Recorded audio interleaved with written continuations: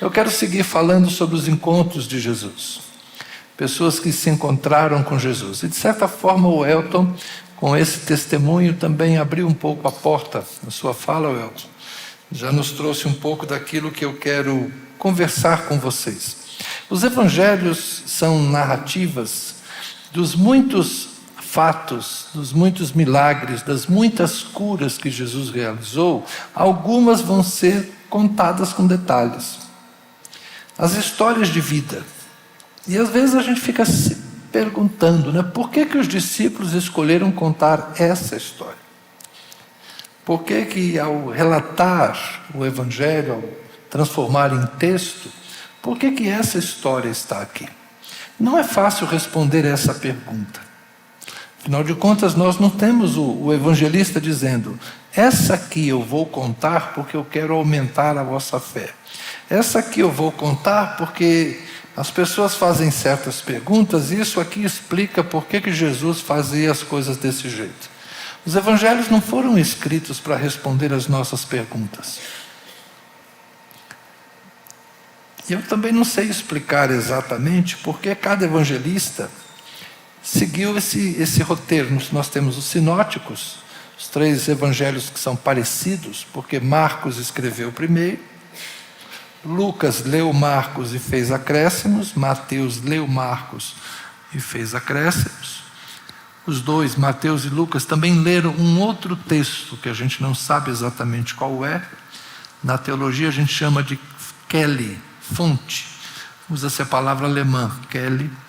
Então, Mateus e Lucas seriam o seguinte: Mateus igual Marcos mais Quelle, ou Marcos mais fonte, igual Mateus. Marcos mais Quelle igual Lucas. Seria mais ou menos assim, mas também não é exatamente isso. Porque é Marcos mais fonte mais coisas de só, que tem só em Mateus, igual ao Evangelho de Mateus. Marcos mais fonte mais certas coisas que só estão em Lucas, igual o Evangelho de Lucas. Então nós temos 3 evangelhos parecidos, mas não iguais.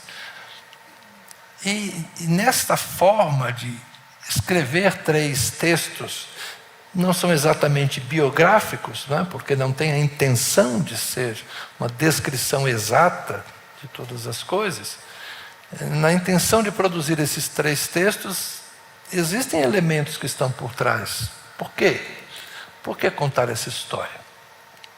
E quando a gente lê os evangelhos e lê as histórias, a gente precisa tentar aplicá-las a nós. E hoje eu vou falar dos encontros de Jesus com algumas mulheres, né, em circunstâncias relativamente parecidas. Um texto interessante e bom de se falar, fácil, é Lucas capítulo 7, verso 11. Jesus está andando ali pela região do norte de Israel, da Galileia, e vai passar numa pequena cidade chamada Naim. Diz assim o texto, Lucas 7, 11. Pouco depois, Jesus foi para a cidade chamada Naim, e os seus discípulos e numerosa multidão iam com ele. Ao aproximar-se do portão da cidade, eis que saía o enterro de um filho único de uma viúva. O enterro de um filho único de uma viúva. Ele era, portanto, o amparo daquela mulher, ele era a esperança daquela mulher, ele era a seguridade social daquela mulher, mas ela estava saindo para sepultar seu único filho. E grande multidão da cidade ia com ela. Ao vê-la, o Senhor se compadeceu dela e lhe disse: não chore. Chegando-se, tocou no caixão e os que estavam carregando pararam. Então Jesus disse: jovem. A gente percebe então que era um filho ainda jovem, talvez um adolescente. Jovem, eu ordeno a você, levante-se. O que estava morto sentou-se e passou a falar. E Jesus o restituiu à sua mãe. Todos ficaram possuídos de temor e glorificavam a Deus, dizendo: grande profeta se levantou entre nós, Deus visitou o seu povo. Bonita frase, né? Deus visitou o seu povo. Essa notícia a respeito de Jesus se espalhou por toda a Judéia e por toda aquela região. Esse é um milagre gostoso da gente contar, da gente falar. Jesus aparece na hora certa. Jesus chega lá na hora certa. Se Jesus chega uma hora depois, a multidão que estava indo sepultar o rapaz teria concluído seu trabalho. Se Jesus chega antes, talvez ele não vê o cortejo passar. É aquela coisa que Jesus chegou na hora. E tem algo interessante nessa narrativa. Ninguém pediu nada a Jesus. A mulher não foi até Jesus dizendo: mestre, este é meu filho único. Preciso que o senhor faça alguma coisa. Não, o texto não diz isso. O texto diz que a iniciativa cabe a Jesus, não é? Ele se aproxima do portão da cidade, o enterro está saindo, ao vê-la, o Senhor se compadeceu dela. Então é uma iniciativa de Jesus. Jesus se aproxima, provavelmente ele pergunta as circunstâncias, ou talvez até mesmo depois do milagre é que ele vai saber que se tratava do filho único. A gente não sabe exatamente. Mas a questão é a proatividade de Jesus para ser aquilo que se anunciava lá nos antigos profetas. O Senhor Deus, Yahvé, é o Deus que não desampara o órfão e a viúva. Por isso, quando o milagre acontece, Jesus ressuscita o único filho de uma viúva, as pessoas dizem: Deus visitou o seu povo. Eis um grande profeta, Deus está de novo entre nós. A frase que você acabou de usar, Deus está entre nós, nós não estamos sozinhos. Deus prometeu que estaria conosco e Deus está. Quantos filhos já haviam sido sepultados? Todos os dias havia um sepultamento do filho de alguém. Quantas vezes era o filho único? Quantas vezes era o filho de uma viúva? Muitas vezes. Nós já choramos muitas perdas. São raros hoje em dia, não é? Hoje, com o avanço da ciência, com a melhora das nossas condições de vida, de higiene, as crianças, graças ao bom Deus, têm vivido mais. Mas ainda assim, vez ou outra, nós lidamos com estas circunstâncias difíceis, de uma criança que já nasce, às vezes, com uma saúde frágil, de uma gestação que não vai até o final, não é? Há entre nós alguns casais que viveram essa experiência. Eu poderia ter mais netos, não é? E outros aqui também viveram essa experiência de uma gestação interrompida, de uma criança que não viveu muito tempo. São casos raros entre nós, mas sim, nós vivemos estas experiências. E não é sempre que Jesus aparece. Às vezes a gente vai lá e termina o sepultamento e volta para casa e convive com o luto. Mas nessa aqui aconteceu algo diferente. Jesus chegou na hora certa. E como é bonito, não é? Como é animador, como é encorajador para a gente quando Jesus chega na hora certa. Aquele hino que a gente canta, Jesus, plano melhor, nunca chega atrasado. Sua hora é perfeita, sua maneira a mais linda. Às vezes é assim.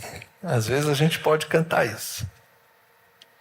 A hora certa. Jesus chegou na hora certa. A maneira de fazer foi a maneira mais linda. Para o enterro. Se aproxima, se compadece da mulher. toca o caixão, jovem, eu te ordeno, levante-se. E o rapaz levanta, se assenta, Jesus entrega ele para a mãe, eles se abraçam, ela deve ter chorado de alegria, e todo mundo levantou as mãos para o céu e disse, glória a Deus, um grande profeta, Deus está entre nós, as viúvas agora têm amparo. Os órfãos, porque o rapaz era órfão de pai, né? Ela era viúva, os órfãos agora estão sendo atendidos pelo Senhor. É como se daqui para frente tudo vai ser diferente. Vocês vão aprender a ser crente, né? Aquele negócio que daqui para frente tudo vai dar certo, né? Temos um profeta entre nós. Quando a gente tem um profeta entre nós, tudo vai dar certo. Temos um profeta. Já imaginou se Jesus ficasse morador permanente numa cidade? E todo mundo ia para aquela cidade. Dali a pouco aquilo ia virar uma grande metrópole. Por quê? Aqui tem uma pessoa que cura qualquer doença. Se morrer, ele ressuscita. Se faltar pão, ele multiplica. Se acabar o vinho, ele vai lá na fonte e começa a jorrar vinho. Vai saber, né? Aí o pessoal já podia falar, e olha, acho que aquela história de multiplicar azeite, ele também deve ser capaz de fazer. Se faltar azeite, acho que também ele faz. Vai com a botija lá na casa dele, que ele tem uma botija mágica lá, que ele enche a botija de azeite de todo mundo. Como aconteceu lá com Eliseu no Antigo Testamento. Se Jesus tivesse residência permanente, aquela cidade ia se transformar numa o quê? Abadiânia. Lembra? João de Deus aí, pertinho de nós? É sério. É um fenômeno. Um centro de veneração, um centro de adoração. É assim. Hoje, 12 de outubro, onde aconteceu uma grande concentração? Na Basílica de Aparecida. Romeiros, não é? Basílica de Aparecida. Por quê? Porque lá existe uma imagem que foi encontrada, não sei quanto tempo, tal, e é um lugar de devoção, é um centro de devoção, e algumas pessoas fazem promessas e vão lá buscar a cura, vão lá buscar a graça, e muita gente encontra, e depois eles vão lá e vão agradecer, e tem gente que faz uma promessa, se eu receber a graça, eu vou a pé para lá. Então, 12 de outubro, tem muito acidente na Via Dutra, porque o pessoal morre atropelado, tentando cumprir uma promessa de agradecer por uma graça. Pelo menos morre cheio de gratidão, né? Mas são as tragédias que a gente vive hoje em dia. Mas isso é só aqui no Brasil? Não. Aqui, não é só lá em Aparecida, aqui em Goiás tem a mesma coisa. A Duda é lá da Bahia, Bom Jesus da Lapa, a Gruta de Bom Jesus da Lapa. Eu já entrei lá 2 vezes para ver aquele centro também de devoção, de veneração. Estivemos a última vez lá, estava tendo até um serviço religioso, a gente deu uma olhadinha lá no que acontecia. Então, fora do Brasil, Lourdes, na França, Fátima, em Portugal, tem uma cidade na Sérvia também que tem. Enfim, há muitos. Guadalupe, no México. Quando eu fui à cidade do México, eu fui lá conhecer a Basílica de Guadalupe. Vi as 3 igrejas, a pequenininha, depois a média e agora a grande. Estive por lá, é um complexo religioso, um comércio interessante, não é? Os olhos são para ver, né? A gente tem que conhecer esses fenômenos, conhecer essas coisas. Eu sou alguém da religião. Me interessa compreender a fé, como ela se manifesta. Posso não pensar como as pessoas. Posso não crer do mesmo jeito. Posso não enxergar do mesmo jeito, mas eu quero enxergar. Eu quero conhecer. Então, se Jesus tivesse uma residência fixa, muito provavelmente a cidade se tornaria uma metrópole. Tanta gente que iria lá para Jesus fazer milagres. Mas é por isso que Jesus estava sempre caminhando. Então tem um lado bom. Jesus sempre encontrava alguma situação. Jesus sempre podia abençoar um aqui, ali, outro acolá. Por outro lado, Quanta gente andou atrás de Jesus e não o achou? Quanta gente foi sepultada porque Jesus não estava lá? A filha de Jairo foi sepultada? Não. Naquele momento, não. Aos 12 anos, Jesus a ressuscitou, porque Jesus chegou em Cafarnaum. Mas se Jesus não chega? E se Jesus vai para Jerusalém? A filha de Jairo teria sido sepultada e a história da ressurreição daquela menina não nos seria contada. Então, os milagres têm essa característica. Eles são incontrolados, né? Eles são casuais. Por isso que eles são milagres. Não é uma coisa que acontece todo dia. Não é rotina. É extraordinário. É extraordinário. O que é ordinário acontece sempre. Mas o milagre não é ordinário. Então a gente não consegue explicar. Aqui nós temos uma confluência de fatores.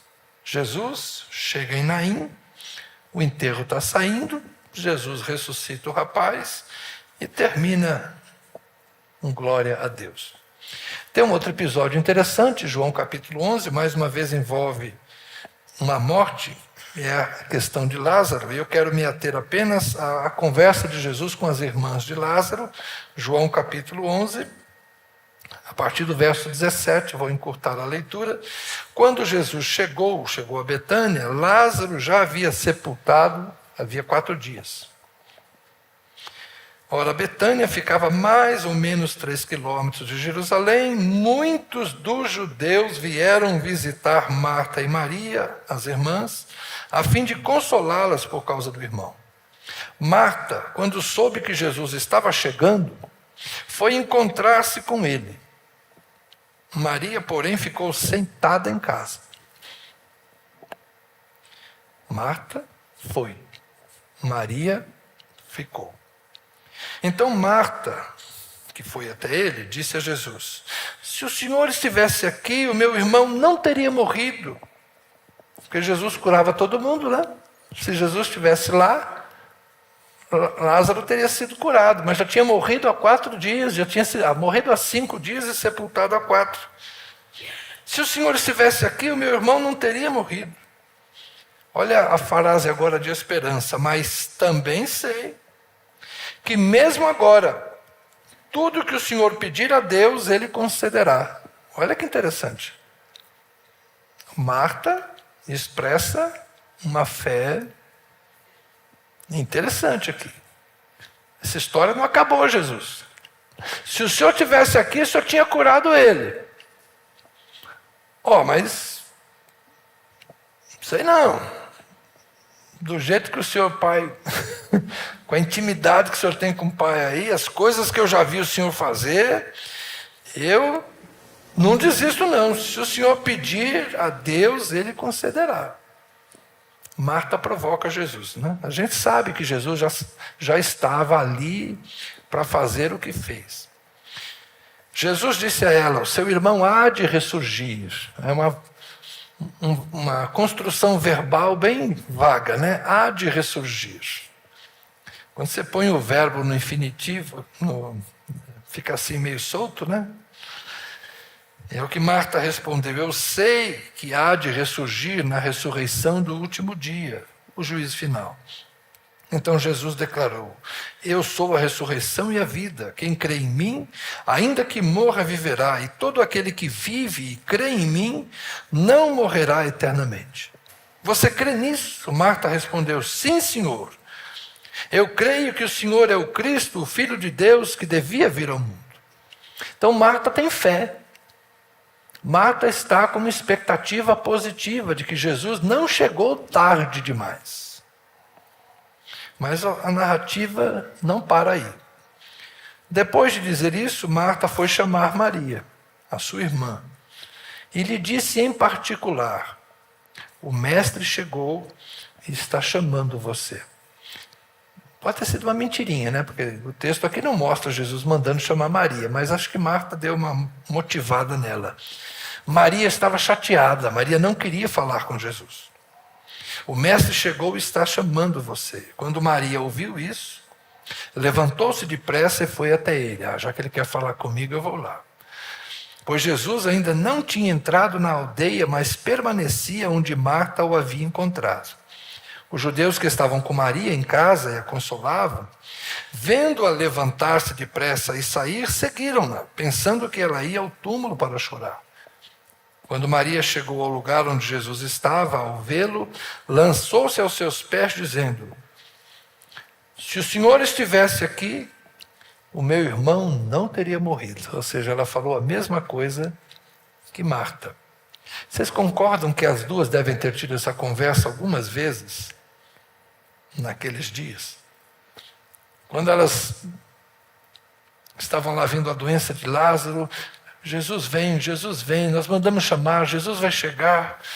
Jesus não chega, Lázaro morre, elas devem ter falado uma para a outra: se Jesus estivesse aqui, Lázaro não teria morrido. E aí fazem os preparativos, e fazem o sepultamento, e fala: se Jesus estivesse aqui, Lázaro não teria morrido. E passam lá a primeira noite, na manhã seguinte estão lá pensando se vão comer ou não vão, estão de luto, com tristeza, não têm apetite, mas precisam pelo menos beber água, e cada uma pega um copo d'água, uma olha para a outra e fala assim: se Jesus estivesse aqui, nosso irmão não teria morrido. O assunto daqueles 4 dias deve ter sido esse. Se.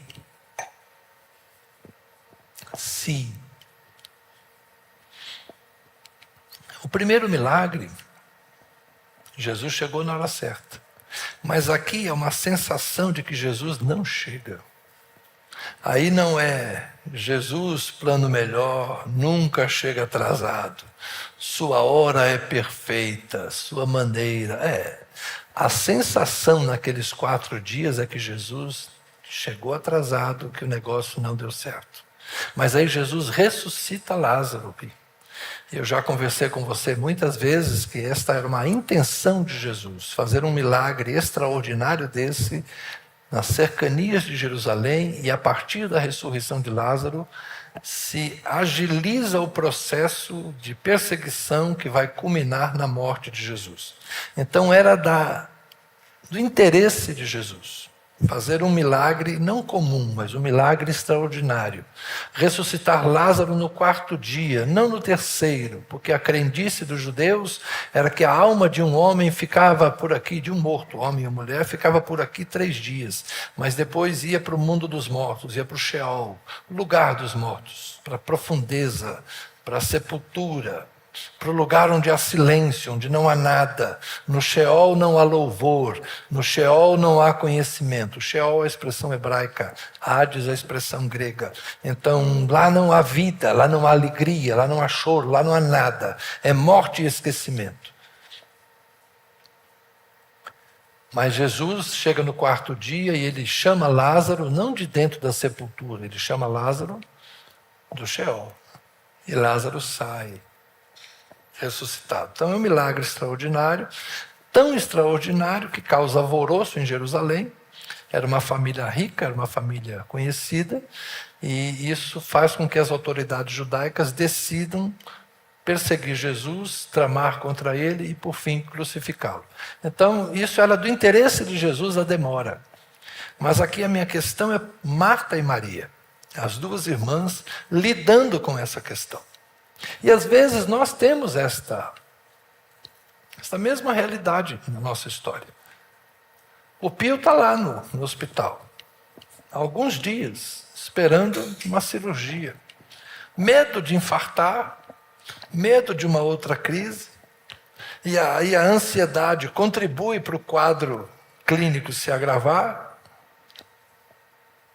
E fica essa situação, né, Júnior? Vão mexer no seu coração. É fácil, né? É fácil você ficar lá esperando o médico dizendo assim: não, a gente vai abrir teu coração, a gente vai... Só não sei se a gente vai abrir aqui, se a gente vai abrir aqui, ou se a gente vai fazer um corte na sua perna, enfiar um catéter que vai entrar pelas suas artérias e vai lá no coração. Mas é um procedimentozinho simples, é tranquilo. De vez em quando morre alguém, mas não vai ser seu caso, porque você é gente boa. Não é fácil você ficar nesse impasse, não é? Vai acontecer, não vai acontecer. Vai operar, não vai operar. Vai melhorar, não vai melhorar. Aquelas conversas do médico, né? Acho que médico, quando conversa com a gente, está ouvindo o advogado, né? Fala o pior, para depois você não ser acusado de nada, né? Então o médico já vai falando o pior e a pessoa vai ficando impressionada, assustada. E a gente vai orar, né? Deus, Senhor, abre as portas, Senhor, toca nas mãos do médico, Senhor, libera essa papelada, Senhor, abre os olhos desse juiz para ele julgar a minha causa, Senhor, cura, Senhor, restaura. Quem está vivendo o sofrimento, lida com essa espera, lida com essa sensação de que Jesus está atrasado, de que Deus está atrasado. Irmãos, não é pecado você ter esse pensamento. E não é errado você chegar para Jesus e fazer como Marta e Maria. Eu imagino a cara de Jesus falando com elas, né? Porque Jesus não está numa atitude de calma, sossega, mulher, você nem sabe o que eu estou pensando, não. Jesus, ao ver o sofrimento delas, o texto diz que Jesus chora. E Jesus não está chorando por Lázaro. As pessoas pensam, olha, ele está chorando por Lázaro, vejam como ele amava Lázaro. Mas Jesus sabia que ia ressuscitar Lázaro. O choro de Jesus não é por Lázaro. Jesus está chorando porque ele está vendo Marta e Maria sofrerem. E embora ele saiba o que ele vai fazer, ele sabe que elas estão em profunda aflição e frustração e decepcionadas com ele. Essa frase, se o Senhor estivesse aqui, meu irmão não tinha morrido. Pode ter sido dito dessa forma. Porque o Senhor não estava aqui. Meu irmão não tinha morrido. Pode ter sido assim. Ou pode ter sido, oh Jesus, se o Senhor estivesse aqui, meu irmão não tinha morrido. Eu não sei. Cada um põe a emoção que sabe colocar. Mas o sentimento é de frustração, é de decepção. E às vezes Deus, a gente fala que é o tempo de Deus, né? Na verdade é porque não é no nosso tempo. E quando não é no nosso tempo, deve ser no tempo de alguém, né? Então para quem a gente joga isso? É no tempo de Deus. Eu falo que o grande problema que a gente tem com essas coisas do tempo de Deus é que Deus tem a eternidade, mas nós não.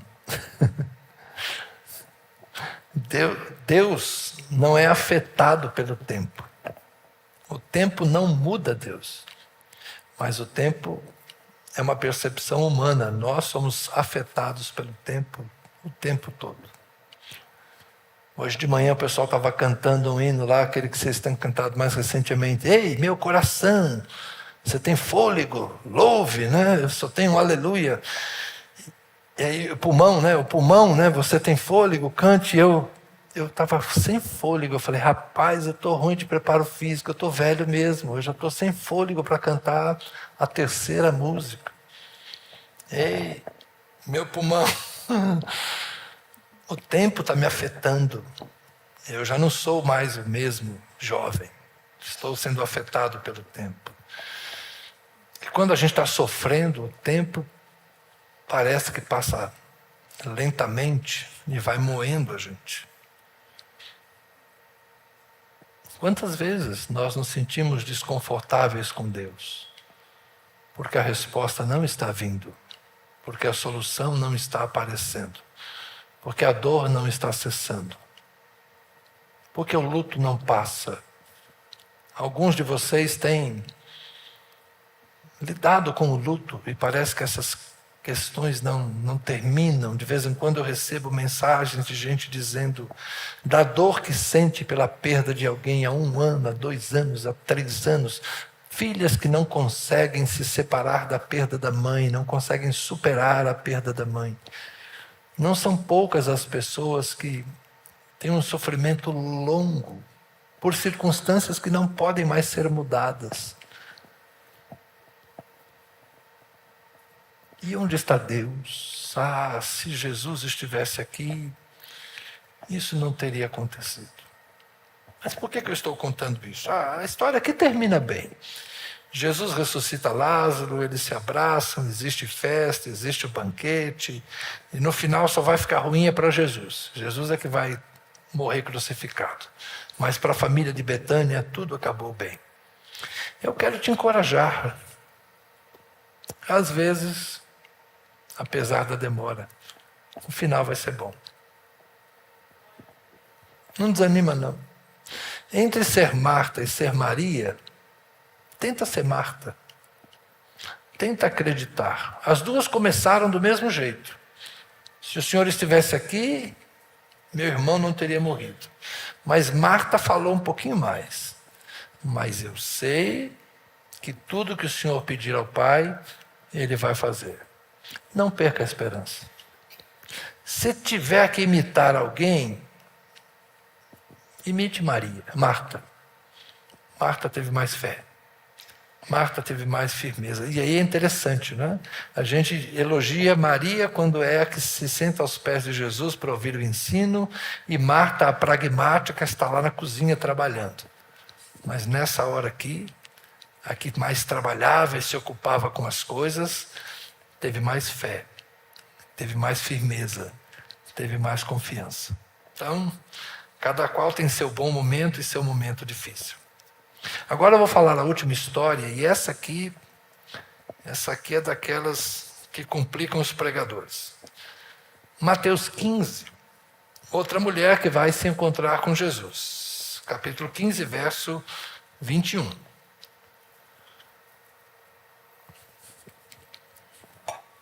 Saindo dali, Jesus foi para a região de Tiro e Sidom, seria o atual Líbano, naquela época Fenícia. E eis que uma mulher cananeia, portanto ela não era israelita, tinha vindo daqueles lados. Ela tinha vindo de Tiro e Sidom, ela seria uma libanesa. Ela vinha daqueles lados e clamava. Clamar, gente, é gritar, é falar alto, é chamar a atenção. Clamar, então, ela está dizendo assim: Senhor, filho de Davi, tenha compaixão de mim, minha filha está horrivelmente endemoniada. Jesus, porém, não lhe respondeu palavra. Eu gosto do relato de Mateus. Marcos é muito sintético, Mateus é mais detalhado. Jesus não lhe respondeu palavra. A mulher gritando: Jesus, filho de Davi, tenha compaixão de mim. Vou até sair da luz aqui. Jesus, se escondeu. Nem viu. Não falou nada. Não fez nada. Foi caminhando, indiferente àquela mulher que gritava: Jesus, filho de Davi, tem misericórdia de mim. A minha filha está endemoniada.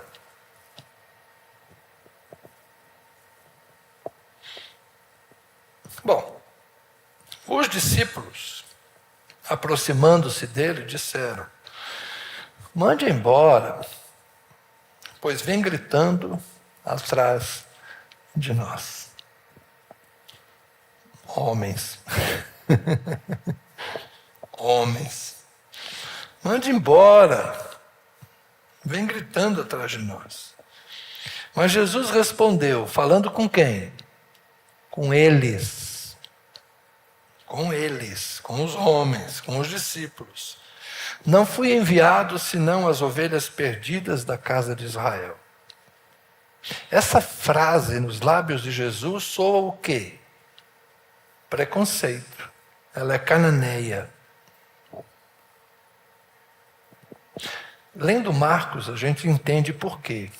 Em Marcos, o texto diz que Jesus foi para as cercanias de Tiro e Sidom porque queria descansar. Jesus não queria ser encontrado. Jesus se isolou. O problema é que Jesus se isola dos irmãos da Galileia, dos judeus da Galileia, dos judeus de Jerusalém. Mas essa mulher cananeia reconheceu Jesus e saiu gritando. Então Jesus não queria ser encontrado por ninguém, mas essa mulher o achou. E ela gritava, mas Jesus não estava disposto a atendê-la, dizendo assim: olha, eu não fui enviado para pessoas como ela. Ela não está no meu campo missionário. Ela não é da minha jurisdição. Eu não estou na minha área de trabalho e ela não faz parte do meu público eletivo. Ela, porém, veio e adorou, dizendo: adorar é prostrar-se. Ela se ajoelhou diante de Jesus. E disse: Senhor, me ajude. E Jesus respondeu: não é correto pegar o pão dos filhos e jogá-lo aos cachorrinhos. A coisa só está piorando, né, gente? A coisa só está piorando. Estou começando a ficar com raiva de Jesus. A mulher disse: é verdade, Senhor. Ela vai baixando o tom de voz. É verdade, Senhor. Pois os cachorrinhos comem das migalhas que caem das mesas de seus donos. Então Jesus exclamou. Agora é Jesus que exclama, é Jesus que eleva a voz, é Jesus que se admira e fala: mulher, que grande fé você tem. Que seja feito como você quer. E desde aquele momento, a filha dela ficou curada. Os pregadores gostam de amenizar para Jesus. A gente nunca gosta de comprometer nosso mestre. Afinal de contas, a gente trabalha para ele. E Jesus é sempre o homem perfeito para nós, é o comportamento ideal. Jesus nunca erra. Eu não estou dizendo que ele errou. Só estou dizendo que a gente sempre procura apresentar Jesus como aquele que, enfim, tudo que ele faz é porque é isso aí. Então que Jesus estaria testando a fé daquela mulher. Mas das outras vezes, qual outro milagre que Jesus fica testando a fé das pessoas? Jesus logo reconhece a fé e cura. Né? Jesus não tinha dificuldade em reconhecer a fé. O Bartimeu clamou, eu falei disso semana passada, o Bartimeu clamou e Jesus curou. E a mulher lá de Naim não pediu nada, e Jesus foi lá e ressuscitou o filho dela. E Marta, quando falou com Jesus, Marta mostrou fé, Maria não. Mas Jesus também não estava preso aqui à fé que elas manifestavam. Jesus já tinha uma intenção de ressuscitar Lázaro. Então tem horas que parece que Jesus já sabe o que vai fazer, ele faz e está tudo certo. Tem hora que a iniciativa é de Jesus, tem hora que a iniciativa é de quem procura um milagre. Lembram quando eu falei da mulher com fluxo hemorrágico, que vai lá e só toca as vestes de Jesus, nem fala com Jesus, Jesus sente que dele sai poder, e a mulher foi curada, e Jesus fala: opa, parou. Alguém tocou de mim? Todo mundo te toca, mestre, no meio da multidão. Não, mas alguém me tocou, porque de mim saiu poder, de mim saiu virtude. É um toque diferente. Quem foi? A mulher fala: sou eu, Senhor. Estou doente há 12 anos, blá, blá, blá. Vocês conhecem a história.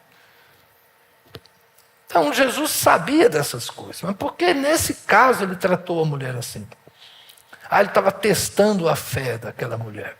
Não vou negar, pode ser que sim, é uma possibilidade. Mas para mim é uma tentativa de amenizar a barra de Jesus. Porque os evangelistas não tentam fazer isso. O evangelista conta a história do jeito que aconteceu. E ele coloca as palavras na boca de Jesus, que normalmente a gente não colocaria. Eles podiam omitir, né? Mas eles não omitem. E aí eu volto àquela conversa do início. Por que esse texto está aqui? Por que eles contaram que um dia Jesus tratou uma mulher cirofenícia de uma forma dura? Porque está aqui que, de alguma forma, Jesus foi rude. Eu creio que a intenção, uma possibilidade, é mostrar Jesus como ele era. Não ficar construindo um Jesus idílico, segundo a nossa perspectiva. É como essas imagens que se faz de Jesus, né? Os filmes que retratam Jesus. De quando em quando surge um filme sobre Jesus e Jesus ganha as impressões do roteirista e do diretor do filme. Então Jesus tem olhos azuis, pálido, outro Jesus é moreno, em um ele está com o cabelo mais agitado, em outro ele está com o cabelo arrumado, em outro Jesus é europeu, em outro Jesus é mais asiático, em um Jesus é mais ativo, em outro Jesus é mais compassivo. Cada um imagina o seu Jesus. E os evangelhos, na minha percepção, eles procuram registrar as coisas como elas aconteciam. E Jesus, na sua humanidade, ele tinha reações muito parecidas com as nossas. Jesus estava cansado, Jesus estava querendo uns dias sem tanta gente perto dele, Jesus estava procurando paz, e vem uma mulher gritando, e Jesus fala assim, como se ele falasse, ô Messias, o Messias sou eu que tenho que resolver esse negócio. Né? Vou reclamar com quem? Sou eu mesmo, não tem para quem reclamar. Oh meu Deus do céu, mas eu sou Deus. E agora? Vocês entendem? Então, para mim, é a humanidade aqui de Jesus. Tem um lado bom nisso. Esse Jesus humano é o Jesus que sabe o que a gente passa. Quando você está cansado, quando você está estressado, quando você está querendo que ninguém fale com você, que seu telefone não... O telefone não tocar é fácil, basta você desligar, fingir que ele está quebrado, põe no silencioso e pronto, né? Mas tem dia que você não quer ver ninguém, que você não quer falar com ninguém, que você está numa fase assim que você quer sossego. E parece que justo nesse dia que você falou, se Deus quiser, hoje eu não vou fazer nada, todo mundo resolve falar com você. Ou você gostaria de estar num tipo de atividade e as coisas não permitem que você faça isso. Jesus teve o seu dia ruim. Jesus estava no dia ruim dele. Ele estava cansado, ele estava estressado, ele estava a fim de sossego, e vem uma mulher gritando, e os discípulos falam assim, ô mestre, resolve aí, mestre, manda ela embora. Mas a mulher é insistente. Igual a que eu tenho lá em casa. Não adianta. E olha que nem a esposa aqui. Mulheres, benditas são as mulheres. Bendita é a persistência de vocês. Bendita é a perseverança de vocês. Benditas são as mulheres que, como esta aqui, vão atrás do Senhor, porque não quer saber se Jesus não quer fazer. Ela quer saber que alguma coisa tem que ser feita, porque a filha está terrivelmente endemoniada, e na cidade dela, entre o povo dela, ninguém tem poder para resolver isso. Mas ali está Jesus, e Jesus pode fazer. Mas Jesus não quer fazer. Mas ela vai fazer Jesus fazer. Aí Jesus a humilha, mas ela se humilha um pouco mais. Jesus fala assim, não se tira pão dos filhos para dar aos cães. E ela fala assim, só pode até dizer que eu estou parecendo um cachorrinho aqui. Mas cachorrinho come migalha e eu aceito. Eu não estou pedindo comida. Eu aceito migalha. Eu aceito uma migalha. Se a minha filha ficar boa, pode me chamar de cachorrinho. Desde que o Senhor liberte minha filha. Cara, eu admiro essa mulher. Eu não sei o nome dela. Eu admiro Jesus também. Ele se rende a uma fé perseverante. Esse é Jesus. Não pense você que Deus não se surpreende com alguém que tem fé. Não pense você que Deus não se inclina para ouvir alguém que persevera na oração, porque a pessoa fez por merecer uma resposta de Deus. A história de Naim, Jesus se compadece da viúva. Na história de Betânia, Jesus é amigo da família e chora com aquelas mulheres. Nessa história, Jesus só sabe que ela não é do povo dele, que ela está no lugar errado, na hora errada, aparentemente falando com a pessoa errada. Mas ela faz com que se torne o lugar certo e a pessoa certa, porque ela não desanime, não desanima. O que eu quero te dizer? Eu não sei em que momento da tua vida você está. E em que circunstâncias você está se encontrando com Jesus. Os evangelhos nos mostram essa variedade de situações. Então Jesus não abençoa só os bonzinhos. Jesus não cuida só das viúvas. Jesus não cuida só dos certinhos. Os encontros com Jesus são muito variados. Você tem que se encontrar com Jesus. E fala para Jesus aquilo que você está sentindo, seja verdadeiro. Porque a verdade não incomoda Jesus. O que incomoda Jesus é a hipocrisia. Jesus nunca gostou dos hipócritas. Ele sempre criticou a hipocrisia. Então, quando você orar a Jesus, ora falando a verdade. Mostra os seus sentimentos. Está indignado? Fala da sua indignação, com respeito. Cuidado com Jesus cura o infarto, mas também faz infartar. Cuidado aí. Viu, Pio? Mas fala aquilo que você sente. Não tente mascarar a sua relação com Jesus. Não artificialize a sua relação com Jesus. Se você é como Marta e quer falar, eu sei que tu podes. Mas se você quer ficar só na frase de Maria, o senhor está atrasado. O senhor chegou tarde. O senhor devia ter vindo antes. Fala a verdade com Jesus. Abre o seu coração para Jesus. Porque Jesus gosta de quem tem fé. Jesus gosta de quem crê. Jesus gosta de quem é verdadeiro. Ele não é melindroso, não. Não vai ficar ofendido. Ele gosta de ser surpreendido por gente que persevera. Que tal a gente ser um pouco mais ousado na nossa relação com Jesus? Que tal a gente deixar de ser água morna e optarmos por sermos fervorosos, decisivos, decididos, comprometidos com Jesus? Ele pode curar, restaurar, libertar, dar vida. Venha a Ele. Ele tem a resposta. Se está atrasado, se chegou na hora, não sei. Mas que Ele tem a resposta, Ele tem.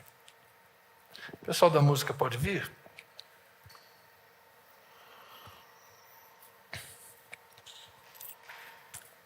Essa música Bem Supremo, eu já contei para vocês a história dela. Eu estava em São Paulo quando Adhemar de Campos cantou a primeira vez lá no teatro, os Encontros de Paz. Bem Supremo foi composta depois que ele perdeu a primeira filha. A esposa Aurora esteve grávida, a criança nasceu. A gente ia toda segunda-feira lá para os cultos do teatro e a gente recebeu a notícia numa delas, olha, o Adhemar não está aqui porque a criança nasceu, não está bem, precisa de oração, depois a criança falece, Adhemar fica um tempo sem ir às reuniões. E quando Adhemar vem depois de algumas semanas, talvez uns 2 meses, ele canta essa canção e ensina para a gente, Bem Supremo. Eu sei o Deus que tenho, meu Rei, Senhor e Pai. É uma canção de rendição que nasce no momento de dor. Nós temos as nossas canções de dor aqui, que nasceram aqui também. Rosane tem uma canção de dor, Isaac tem canções de dor. A gente viveu também a nossa luta aqui em 2008 e choramos as nossas lágrimas. Foi 2009 ou 2008, não lembro bem. As músicas são de 2009, mas talvez a dor de 2008. Temos as nossas histórias doídas também. E as canções emergem nesses momentos. Eu creio que o sofrimento não nos torna piores, ao contrário. O sofrimento nos humaniza, o sofrimento nos fortalece, o sofrimento nos torna mais solidários e nos ensina muito mais do que os dias fáceis. Como disse a sabedoria dos antigos, se acha mais sabedoria na casa do luto do que no banquete. Então vamos orar e vamos cantar essa música. Senhor, eu oro mais uma vez por aqueles que dentre nós, aqui ou longe, estão enfrentando angústias, lutas, tribulações e provações. Eu oro, Senhor, por aqueles que estão com um fardo pesado demais e precisam de alívio, e precisam de paz, precisam de cura. Eu oro, Senhor, pelos enfermos, pelos enlutados, pelos entristecidos, pelos atacados pela depressão, pelo burnout, pelos estafados, por aqueles que têm hoje ideação suicida, Senhor, porque a vida está pesada demais, por aqueles que sofrem na alma, por aqueles que choram a solidão, por aqueles que choram, Senhor, a esterilidade do ventre, por aqueles que choram um casamento fracassado, por aqueles que estão sofrendo, Senhor, privações financeiras. São tantas as dores nesse mundo, Senhor. Os que foram alcançados pela violência, os que foram vitimados, Senhor, pela tragédia. Há muitas dores neste mundo, Senhor. E embora a maior parte de nós hoje possa dizer graças te damos, porque estamos bem, estamos em um bom momento da nossa vida. Embora a maior parte de nós possa dizer glória a Deus, porque estou vivendo em paz, em segurança, e na minha casa tudo vai bem. Sim, Senhor. É o que eu hoje posso dizer. Graças te dou, Senhor. Mas eu oro por meus irmãos e irmãs, aos quais o Senhor conhece, os que estão cansados, Senhor, de uma vida difícil. Que o Senhor lhes ajude hoje. Os oprimidos de Satanás, que sejam libertos, Senhor. Os acusados pelo pecado, que sejam perdoados. E que a gente se coloque de pé. E a gente volte a caminhar. Voltemos a sorrir como aquela mãe que teve de volta seu filho, como as irmãs que tiveram de volta Lázaro, como aquela mulher que voltou para casa e encontrou sua filha liberta. Que a gente também possa ser assim, abençoados essa noite. Amém.